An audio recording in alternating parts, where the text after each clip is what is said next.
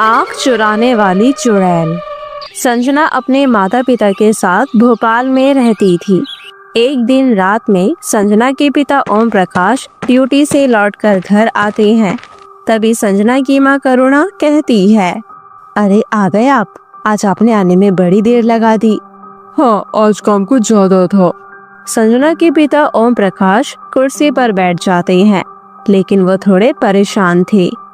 क्या हुआ जी, आज आप परेशान लग रहे हो, कोई बात है क्या? क्या हुआ पापा, मैं पानी लेकर आती हूँ आपके लिए। सुनो, मेरा ट्रांसफर हो गया है जूनागढ़ में, अब हमें वहाँ जाना पड़ेगा। लेकिन पापा, मैंने अपने दोस्तों से सुना है कि उस शहर में एक चुड़ैल रहती है जो लोगों की आंखें निकाल कर ले जाती है। आप अपने बॉस को बोलो ना, कहीं और ट्रांसफर कर दे। ऐसा कुछ नहीं है वहाँ, सब कहने की बात है और हमें कौन सा वहीं रहना है। बस कुछ दिनों की बात है, फिर मैं वापस यही ट्रांसफर के लिए लेटर डाल दूंगा और कुछ दिनों के बाद हम वापस लौट आएंगे। कब जाना है जूनागढ़? कल सुबह ही हमें यहाँ से निकलना होगा। मैं और संजना हम दोनों सामान पैक करने जा रहे हैं। आप खाना खाओ और आराम से सो जाओ। संजना अपने माता पिता के साथ अगली सुबह ही अपना सामान पैक करके जूनागढ़ चले जाते हैं और किराए के रूम में रहते हैं। संजना की शादी होने वाली थी तो वो देर रात तक अपने होने वाले हस्बैंड से बात करती रहती थी। अगली सुबह मोहल्ले की एक औरत संजना के घर आती है और उसकी माँ से कहती है, बहन जी जरा बाहर आइए, आपसे कुछ बात करनी है। जी बोलिए बहन जी, क्या हुआ? मैंने रात को देखा आपकी बेटी घर के बाहर खड़ी होकर फोन पर बात कर रही थी। उसको बोलो 11 बजे के बाद घर से बाहर ना निकले। क्या आपको पता नहीं, यहाँ रात में आंखें नोचने वाली चुड़ैल रहती है। हाँ बहन, वो उसकी शादी होने वाली है तो वो अपने होने वाले हस्बैंड से बात करती है। मैं उसे समझा दूंगी कि रात में 11 बजे के बाद बाहर जाकर बात ना करे। एक रात जब संजना के माता पिता सो रहे थे तो उन्हें अचानक संजना के चिल्लाने की आवाज आई। दोनों भागकर संजना के रूम में जाते हैं। क्या हो बेटी, तुम रो क्यों रही हो? देखो ना माँ, मुझे कुछ दिखाई नहीं दे रहा। वो भूती औरत मेरी आंखें ले गई। मेरी बच्ची, ये क्या हो गया? जब संजना के ससुराल वालों को पता चलता है कि संजना अंधी हो गई है तो वो लोग शादी तोड़ देते हैं और संजना को होने वाला पति दीपक उससे कहता है, मुझे माफ कर दे संजना, लेकिन मैं अंधी लड़की से शादी नहीं कर सकता। संजना ये सब सुनकर जोर जोर से रोती है। माँ, मुझे मेरी आंखें वापस चाहिए। रात में संजना के माता पिता पड़ोस वाली औरत के पास जाते हैं। भाई साहब, मैंने तो पहले ही समझाया था। बहन जी, वो चुड़ैल कौन है, कहाँ से आती है और वो लोगों की आंखें क्यों लेकर जाती है? ये तो मुझे पता नहीं, लेकिन गांव के लोग कहते हैं कि वो चुड़ैल तो बस नौकर है, उसके पीछे किसी तांत्रिक का हाथ है। उसने उस चुड़ैल को गुलाम बना रखा है। तो एक काम करते हैं, हम उस चुड़ैल का पीछा करेंगे जिससे हमें पता चल सके कि वो ऐसा क्यों करती है और वो तांत्रिक कौन है जो लोगों की आंखें निकलवाता है। भाई साहब, गांव के कुछ लोगों ने ऐसा करने की कोशिश की थी, लेकिन फिर वो कभी लौटकर वापस नहीं आए। जो भी हो, हम अपनी बच्ची की आंखों के लिए कुछ भी करेंगे। एक दिन संजना की माँ अपनी असली आंखों के ऊपर नकली आंखें लगाकर रात में गांव के चौराहे पर खड़ी हो जाती है। रात के ठीक 12 बजे एक चुड़ैल वहां आती है। शिकार, वो भी चौराहे पर। चुड़ैल संजना की माँ की नकली आंखें नोचकर ले जाती है। फिर संजना के माता पिता उस चुड़ैल के पीछे जाते हैं। चुड़ैल जंगल में एक टूटी फूटी झोपड़ी में घुस जाती है। संजना के माता पिता अंदर झांककर देखते हैं तो वहाँ एक तांत्रिक हवन कुंड जलाकर मंत्र पढ़ रहा होता है। वो लोग छुपकर उनकी बातें सुनने लगते हैं। ओ वही मेरे गुलाम, आंखें लेकर। ये लीजिए मेरे आका। ये क्या लाई है? ये तो नकली आंखें हैं, तुझे किसी ने पागल बना दिया। मैं तुझे 100 लोगों की आंखें दे चुकी हूँ, अब मुझे आजाद कर। हाँ हाँ, अभी नहीं, अभी तो तुझे 51 आंखें और ला कर देनी है। हवन की आग अब और तेज चल रही थी। चुड़ैल वहीं खड़ी कांप रही थी। तांत्रिक ने जो ताबीज निकाला था उसमें 100 लोगों की असली आंखें बंद थी, जिनमें संजना की आंखें भी थी। हे भगवान, हमारी बेटी की आंखें अब इसके पेट में है। मूर्खो, अब ये आंखें मेरे शरीर का हिस्सा बन चुकी है और मुझे कोई नहीं रोक सकता और मैं बहुत शक्तिशाली तांत्रिक बन जाऊंगा। इसने मुझसे झूठ बोला और मैं इसे नहीं छोड़ूंगी। मैं तेरा स्वामी हूँ, जाकर पहरेदारी कर रोज की तरह। अब नहीं, तूने मुझे धोखा दिया है, मुझसे झूठ बोला और मैं तुम्हें नहीं छोड़ूंगी और मैं तेरी भी आंखें नोच लूंगी, जैसे उन मासूम लोगों की नोची थी। उसी प्रकार अब तू भी अंधा होगा। चुड़ैल ने हाथ उठाया। उसके हाथ से अजीब काली भाप निकली और तांत्रिक की ओर बढ़ने लगी। तभी तांत्रिक मंत्र पढ़ने लगा। ओम क्लीम कालुदाय नमः। तुझे मैंने नरक से बुलाया था और अब तुझे वहीं वापस भेज दूंगा। अचानक जमीन फटने लगी और झोपड़ी के फर्श में एक गहरा काला गड्ढा खुल गया। नहीं, मुझे मत भेजो वहाँ वापस, वो अंधेरा है। आग है, मुझे माफ कर दो, अब नहीं होगा। मैं तुम्हें और लोगों की आंखें नोच कर ला कर दूंगी। तभी अंदर संजना के माता पिता आ जाते हैं। नहीं, इस बार तुझे इस चुड़ैल को भी आजाद करना होगा, दुष्ट तांत्रिक। चुप रहो, अब मेरी शक्ति असीम है, मैं सबको अंधा कर दूंगा। हे त्रिकालदर्शी, मुझे अंतिम दृष्टि प्रदान कर। नहीं, मैं तुम्हें किसी और की आंखें नहीं लेने दूंगी। वो जलता हुआ लकड़ी का टुकड़ा उठाती है और तांत्रिक की ओर फेंक देती है। लकड़ी तांत्रिक की धोती में लगती है और आग पकड़ लेती है। ओह नहीं, ये क्या कर दिया तूने? बचाओ, कोई मेरी मदद करो। झोपड़ी में आग फैलने लगती है। तांत्रिक भागने की कोशिश करता है, लेकिन चुड़ैल उसे पकड़ लेती है। तूने मुझे नरक से निकाला, अब मैं अपने साथ साथ तुझे भी वहाँ ले जाऊंगी। नहीं, मुझे मत ले जाओ, मैं तेरे सामने हाथ जोड़ता हूँ, मुझे नरक में लेकर मत जाओ। तूने मुझे मजबूर किया आंखें चुराने के लिए और उन मासूमों की जिंदगी बर्बाद करी। चुड़ैल और तांत्रिक दोनों उस गड्ढे में समा जाते हैं। अब क्या होगा? मेरी बेटी की आंखें तो तांत्रिक ने खा ली थी।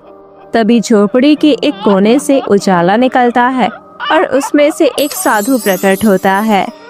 डरो मत, मैं कई महीने से इस जंगल में तपस्या कर रहा हूँ। आज मेरी तपस्या पूरी हुई। तांत्रिक की मृत्यु से उसकी तंत्र शक्ति खत्म हो चुकी है। अब जिनकी आंखें उसने चुराई थी वो सब वापस आ जाएंगी।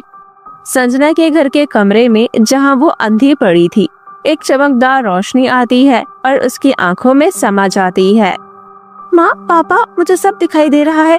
हाँ, मैं देख सकती हूँ। हाँ मेरी बच्ची, अब तो पहले जैसी हो गई है, अब तो सब कुछ देख सकती है। अगली सुबह गांव में फिर से चर्चा थी। अब तांत्रिक नहीं रहा और भूत भी मुक्ति पा चुका है, लेकिन कुछ लोगों को अभी भी डर था। संजना के माता पिता गांव वालों के साथ मिलकर जंगलों, कुओं और पुरानी हवेलियों में ताबीज ढूंढते हैं। एक ताबीज जो बहुत ही शक्तिशाली था उन्हें शमशान के एक पुराने पीपल के पेड़ की जड़ में मिला। वो उसे जलाकर राख कर देते हैं। अब संजना की आंखें वापस आ चुकी थी, मगर उसकी शादी टूट चुकी थी। वो अंदर से टूटी हुई थी। कुछ दिन बाद वही लड़का जो शादी तोड़ चुका था लौट कर आया। जब मुझे तुम्हारी जरूरत थी तब तुमने मुझसे अलग होने का फैसला किया। अब मैं कैसे मान लूं कि कभी आगे मुझे कुछ हुआ तो तुम मुझे फिर से ऐसे ही नहीं छोड़ दोगे। संजना ने शादी के लिए मना कर दिया। अब गांव में लोग रात को बाहर निकलने लगे थे। अब डर खत्म हो चुका था। अपने अनुभव से प्रेरित होकर संजना एक सामाजिक संस्था में काम करती है। अंधे बच्चों के लिए वो अपने अनुभव से उन्हें प्रेरित करती है और उनमें जीवन जीने की लगन पैदा करती है। चांद की परियां। बहुत समय पहले की बात है। चांद के ऊपर परियों का एक बहुत ही सुंदर मोहल्ला था। वहाँ बहुत सुंदर सुंदर परियां रहती थी। उन परियों के पास बहुत सारा सोना होता था। सभी परियां आपस में बहुत खुशी से रहती थी। लेकिन एक दिन पृथ्वी लोक की दो जादूगरनी को पता चल जाता है कि चांद पर एक परियों का मोहल्ला है और परियों के पास बहुत सारा सोना भी है। दोनों जादूगरनी चांद पर मौजूद सारे सोने को कब्जा करने का मन बना लेती हैं। एक दिन दोनों जादूगरनी अपनी जादुई गाड़ी में बैठकर चांद पर सोना चुराने चली जाती है।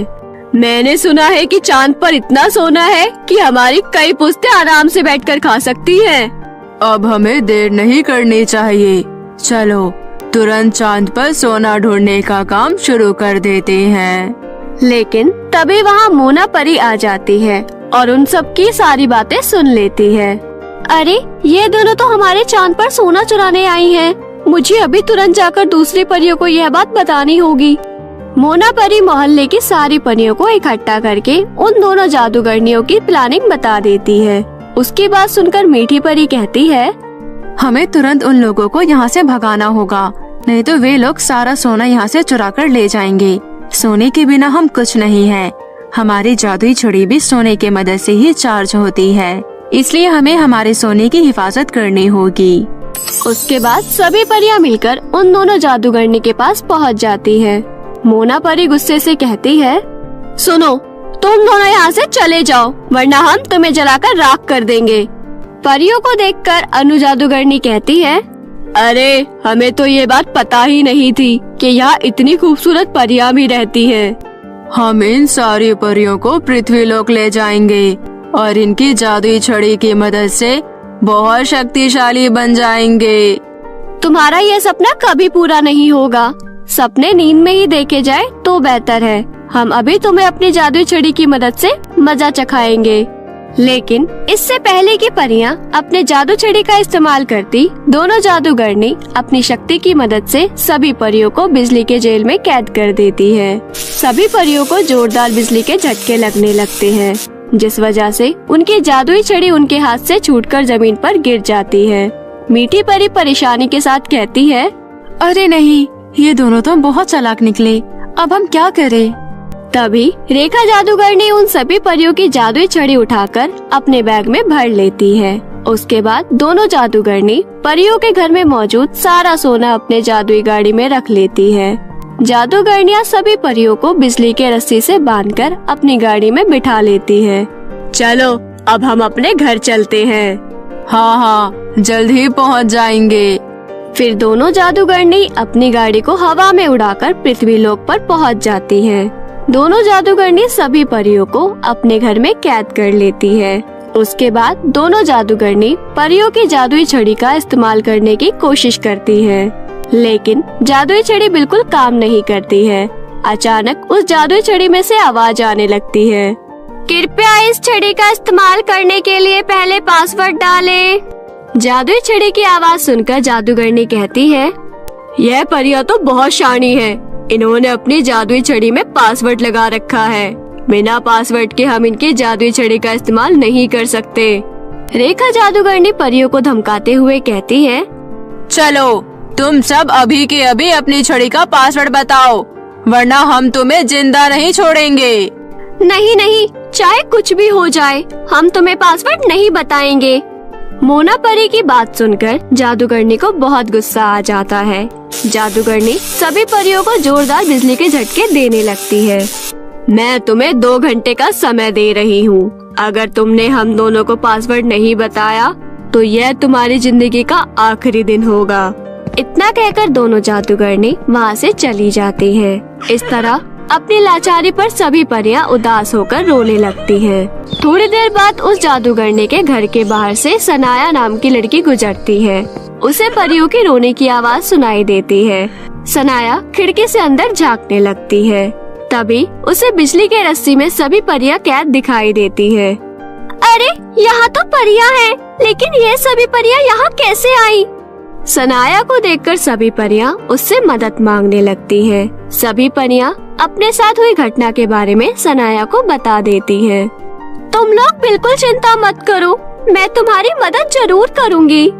सनाया घर के अंदर जाती है और सभी परियों को आजाद करने की कोशिश करने लगती है, लेकिन जैसे ही सनाया बिजली की रस्सी को हाथ लगाती है, उसे एक बड़ा शॉक लगता है।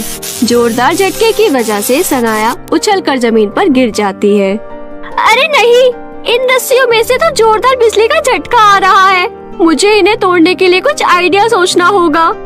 सनाया मदद मांगने के लिए एक तांत्रिक के पास जाती है। सनाया तांत्रिक को लेकर फिर से परियों के पास आ जाती है। तांत्रिक मंत्र पढ़कर सभी परियों को आजाद कर देता है, लेकिन तभी वहाँ दोनों जादूगरनी आ जाती है। जादूगरनियाँ सनाया और तांत्रिक को देखकर गुस्से से आग बबूला हो जाती है। अरे यह लड़की और तांत्रिक यहाँ कैसे आए? इनकी वजह से हमारा सारा काम बिगड़ गया है। अब हम इन्हें जान से मार डालेंगे। लेकिन तभी परियां अपनी जादुई छड़ी को उठाकर उन दोनों जादूगरनियों को बर्फ बना देती है। इससे पहले कि ये वापस अपने रूप में आए, सभी परियां उन दोनों जादूगरनी को एक बड़े महासागर में जाकर फेंक देती हैं। इस तरह सब कुछ ठीक हो जाता है और सभी परियां अपना सोना लेकर चांद पर वापस चली जाती है।